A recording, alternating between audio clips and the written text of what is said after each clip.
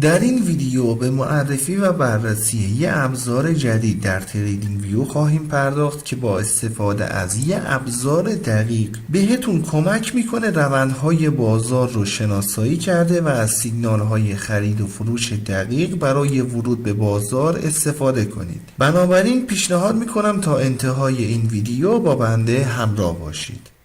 دوستان عزیز سلام، من علیرضا هستم و به گلدن تریدینگ سیستم خیلی خوش اومدید. اندیکاتوری که در تصویر مشاهده میکنید یه ابزار نوآورانه در تحلیل تکنیکال هست که قدرت تحلیل موجی فوریر رو با روش‌های دینامیک و تطبیقی سوپر ترند ترکیب میکنه. این تحلیل فوریر چی هست رو در ادامه بهش میپردازیم. در نهایت این اندیکاتور بهتون کمک میکنه روندهای قوی بازار رو شناسایی کرده، نویزهای اضافی رو حذف و نقاط ورود و خروج دقیقی رو شناسایی کنید. اصلی ترین جزء اندیکاتور این خط سوپر ترند هست که به رنگ‌های آبی و قرمز نمایش داده میشه. این خط پایین‌تر از قیمت و به رنگ آبی نمایش داده بشه نشون دهنده روند و مومنتوم صعودی هست. این خط بالاتر از قیمت و به رنگ قرمز نمایش داده بشه نشون دهنده روند و مومنتوم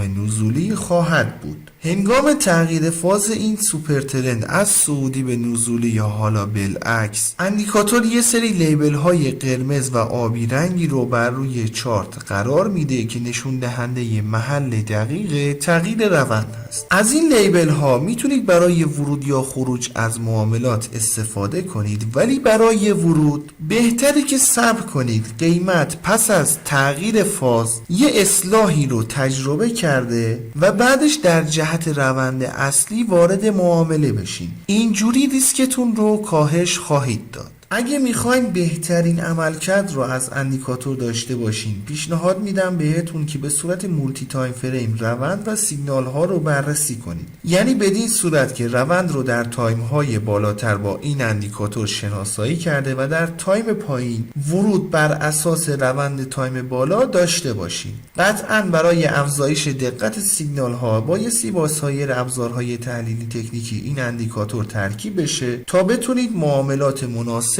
رو انجام بدین. برای انداختن اندیکاتور روی چارت باید وارد سربرگ ایندیکیتورز بشیم. در تب سرچ بار عبارت آداپتیو فوریر ترانسفورم سوپر ترند رو وارد کنیم. این اندیکاتور هست که توسط کوانتالگو طراحی شده. اجازه بدین قبل از اینکه بخوایم به قسمت تنظیمات اندیکاتور بپردازیم، درباره تحلیل فوریر یه سری اطلاعاتی رو خدمتتون توضیح بدم. تحلیل فوریر یه روش ریاضیاتی هست که برای تجزیه و تحلیل سیگنال ها و توابع پیچیده به ترکیب های ساده تر استفاده میشه که شامل چندین مرحله مجزا هست. در بازارهای مالی میتونه برای شناسایی الگوهای تکراری یا فرکانس های غالب در نوسانات قیمت استفاده بشه و باهاش سیگنال های قوی تری برای پیش بینی قیمت ها پیدا کنید. حالا تنظیمات اندیکاتور شامل دو بخش هست. اولی مربوط به تنظیمات فوریر و دومی تنظیمات سوپر ترند. اگه میخواین تحلیلی واکنش پذیرتر داشته باشین نسبت به نوسانات قیمت، این پریود رو بایستی اعداد پایینتری بین 8 تا 12 قرار بدین. اگه میخواین نویزهای بازار رو فیلتر کرده بایستی از اعداد بالاتری مثل 15 تا 30 استفاده کنید. یکی از سری مراحل فوریر مربوط به وزندهی هارمونیک هست که زیاد واردش نمیشم، ولی برای کنترل تاثیر روندهای کوتاه‌تر میتونید از اعداد 0.3 تا